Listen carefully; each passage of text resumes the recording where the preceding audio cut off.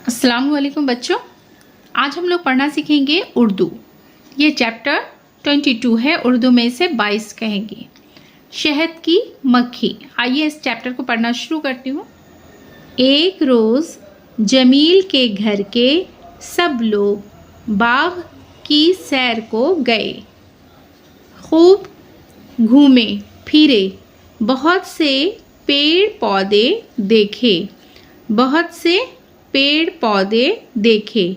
पेड़ों पर रंग रंग के फूल अपनी बहार दिखा रहे थे। वहाँ कई झूले भी थे।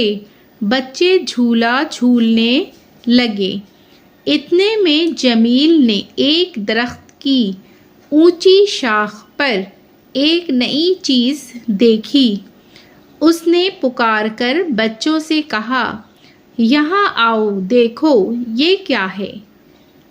जमील ने पुकारकर बच्चों को आवाज़ लगाई और कहा, यहाँ आओ, देखो ये क्या है। ये देखिए सवाल के निशान हैं।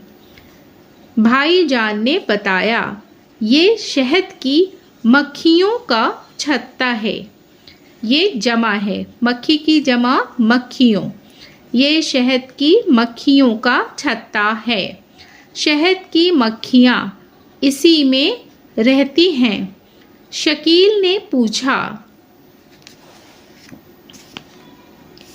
ये मक्खियाँ जिंदा कैसे रहती हैं? शकील ने क्या पूछा? ये मक्खियाँ जिंदा कैसे रहती हैं? भाईजान ने कहा, ये मक्खियाँ फूलों का रस चूसती है। ये मक्खियाँ फूलों का रस चूसती है, उसी रस से शहद बनाती है। शहद ही उनकी ग़ज़ा है। इसी ग़ज़ा को खाकर ये ज़िंदा रहती हैं। सादका बीच में बोल पड़ी, अच्छा, तो इसीलिए ये फूलों पर भनभनाती और मंडलाती रहती है। भाईजान ने अपनी बात जारी रखते हुए कहा, शहद की मक्खियाँ फूलों की तलाश में बहुत दूर दूर तक जाती हैं, बहुत मेहनत करती हैं। एक कतरा शहद बनाने के लिए उन्हें 200-300 फूलों तक जाना पड़ता है, लेकिन वो अपने काम में मगन रहती हैं। वो बेकार नहीं बैठ सकती। उन्होंने तो बस मेहनत करना सीखा है, क्योंकि मेहनत ही में अज़मत है। वो बड़ी मेहनत से शहद जमा करती हैं।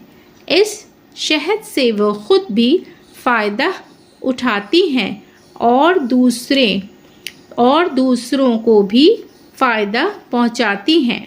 मेहनत करने वालों और दूसरों को फ़ायदा पहुंचाने वालों से अल्लाह भी खुश होता है। सादका फिर बोली, मक्खियाँ अपने रहने के लिए इतना खूबसूरत छत्ता कैसे बनाती है? सादका क्या बोली? सादका फिर बोली, मक्खियाँ अपने रहने के लिए इतना खूबसूरत छत्ता कैसे बनाती हैं?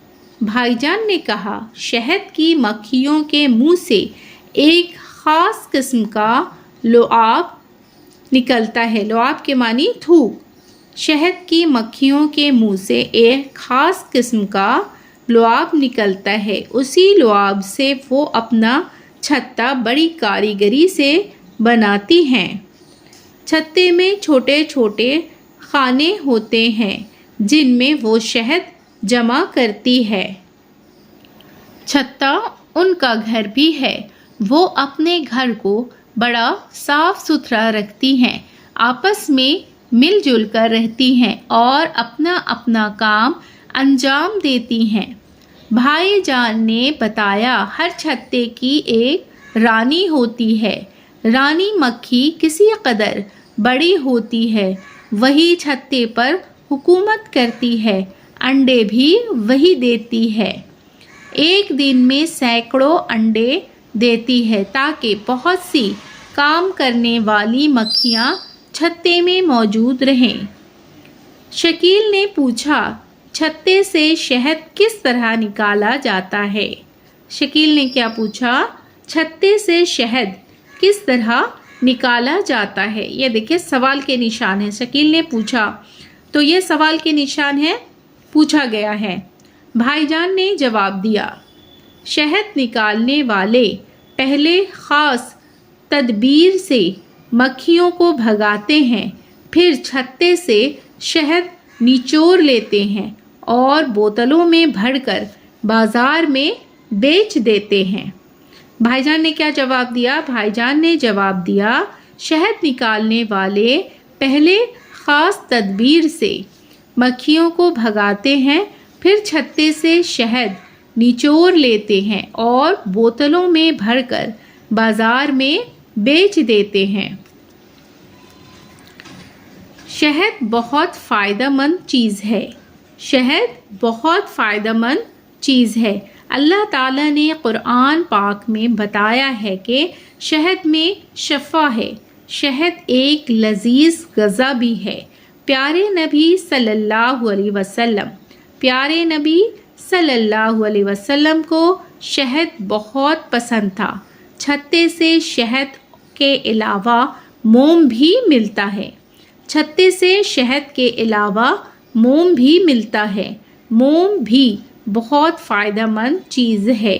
मोम और शहद से तरह तरह की दवाइयाँ बनाई जाती हैं। मोम और शहद से तरह तरह की दवाइयाँ बनाई जाती हैं। जमील मिट्टी का एक ढेला उठाकर छत्ते पर मारना ही चाहता था कि भाईजान ने उसे रोका। जमील मिट्टी का एक ढेला, यहाँ देखिए ढेला, डाल में दो चश्मे हैं लगा, ढ ये लाम अलिफ, ढेला। जमील मिट्टी का एक ढेला उठाकर छत्ते पर मारना ही चाहता था कि भाईजान ने उसे रोका। ऐसा ना करो, किसी को सताना बुरी बात है।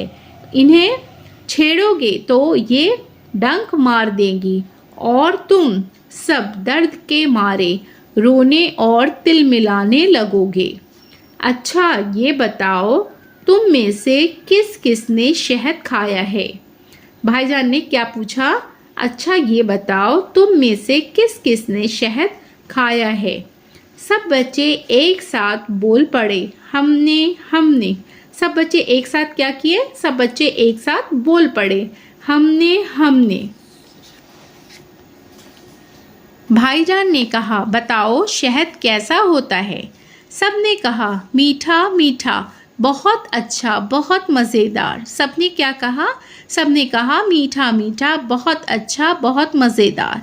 भाईजान ने कहा, देखो अल्लाह ने हमें कैसी कैसी नेमतें दी हैं, हम उन नेमतों से फ़ायदा उठाते हैं, हम अपने रब का शुक्र अदा करते हैं, अल्हम्दुलिल्लाह। भाईजान ने क्या कहा? भाईजान ने कहा, देखो अल्लाह ने हमें कैसी कैसी नेमतें दी हैं, हम उन नेमतों से फ़ायदा उठाते हैं, हम अपने रब का शुक्र अदा करते हैं, अल्हम्दुलिल्लाह।